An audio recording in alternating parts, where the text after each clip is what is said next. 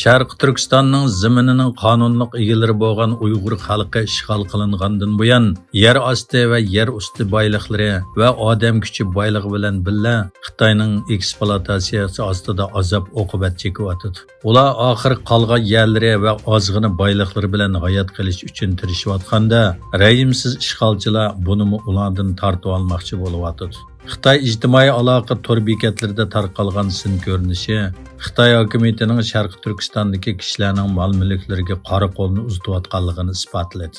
Bir senda so'z qilingan Sharq Turkistonning Qumul shahrining 2 Aslan bozorining 1-mahallisidagi bir xonim yerlik hukumatlarning uning yerlarini musodir qilganligini aytdi va agar bu yerlarimizni bizdan tortib olsa qanday qilamiz? Biz turmushimizni qanday qamdaymiz?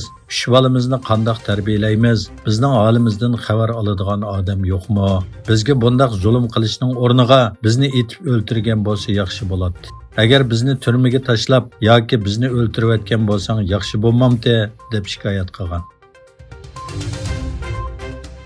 Uyg'ur ayollari orasidagi aktivligi va farzand tarbiyasi bilan tonilgan va bir mezgildan buyon böbrek kasalligi sababli doktorxonada davolanayotgan Oyisha Yasin xonim tunugun vafot bo'lgan edi. Boshqa minglagan Uyg'urlarga o'xshash Xitoy zulmi sababli Turkiyaga kelgan Oyisha xonim yo'ldishi va farzandlari bilan Istanbulda yashayotgan edi. U Uyg'ur ayollari orasidagi aktivligi, jonliqligi va farzand tarbiyasi jihatlaridagi tirishchanligi bilan tonilgan. U turli siyosiy va madaniyat faoliyatlarida aktiv qatnashgan. Shundaqla yaqinda xush ovozi bilan Qur'oni Karimning Uyg'urcha tarjimasini o'qib tarqatgan.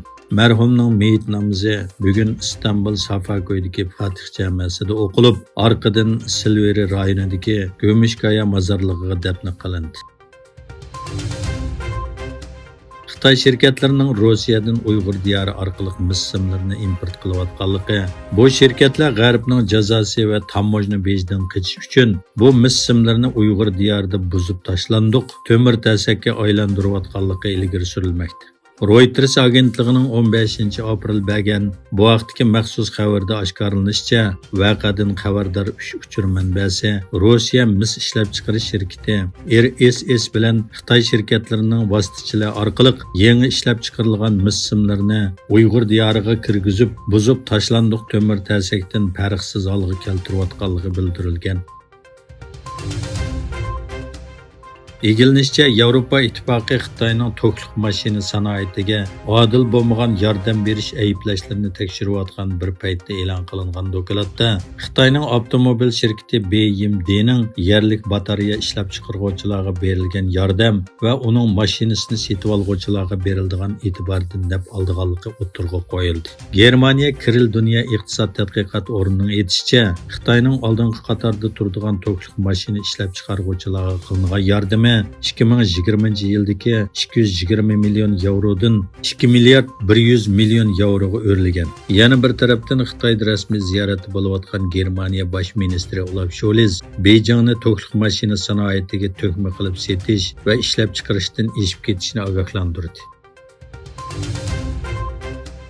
Amerika prezidenti Joe Biden 2-oydagi chaqirig'ini takrorlab, Xitoyda ishlangan to'qliq mashinalarni cheklashni talab qildi. Shuning bilan cheklanib qolmay, Kengash palata bank komiteti raisi Shurut Birovin bu vaqtdagi bayonotida Xitoyning to'qliq mashinalari Amerika mashina sanoati uchun mavjud tahdid dedi. Tojikiston Tashqi ishlar ministrligi o'zaro prinsipni asos qilib, odatdagi pasport olgan Turkiya fuqarolarining vizasiz tuzumini bekor qildi. Bu qaror bilan Tojikistonga sayohat qilmoqchi bo'lgan Turkiya pasporti bor fuqarolar oldi bilan viza olishi kerak. Tojikiston fuqarolari 2018 yildan boshlab 90 kungacha viza olmay turib Turkiyaga kelinmaydigan bo'lib, bu ishning Turkiya doiralarining 20 apreldan boshlab viza iltimosining yo'lga qo'yilganligini e'lon qilishi bilan to'xtatilgan. Turkiyaning Tojikiston fuqarolariga vizasiz tuzumni amaldan qoldirilishi martda Moskvada yuz bergan va 140 dan ortiq odam o'lgan qurolli hujumdan keyin bo'lgan.